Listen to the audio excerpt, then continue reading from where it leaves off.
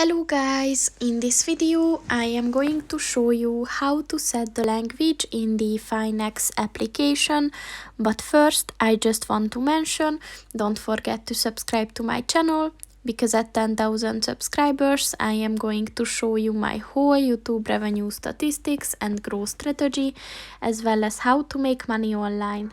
Let's jump into it. First of all, open the application on your phone.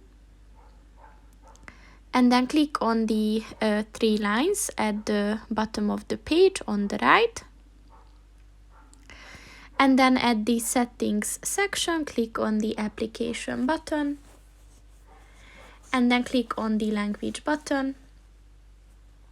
And as you can see, these are the language options that you can choose from. So just click on the one that you want to use and it is set. So that's pretty much it for this video, guys. See you in the next one. Goodbye.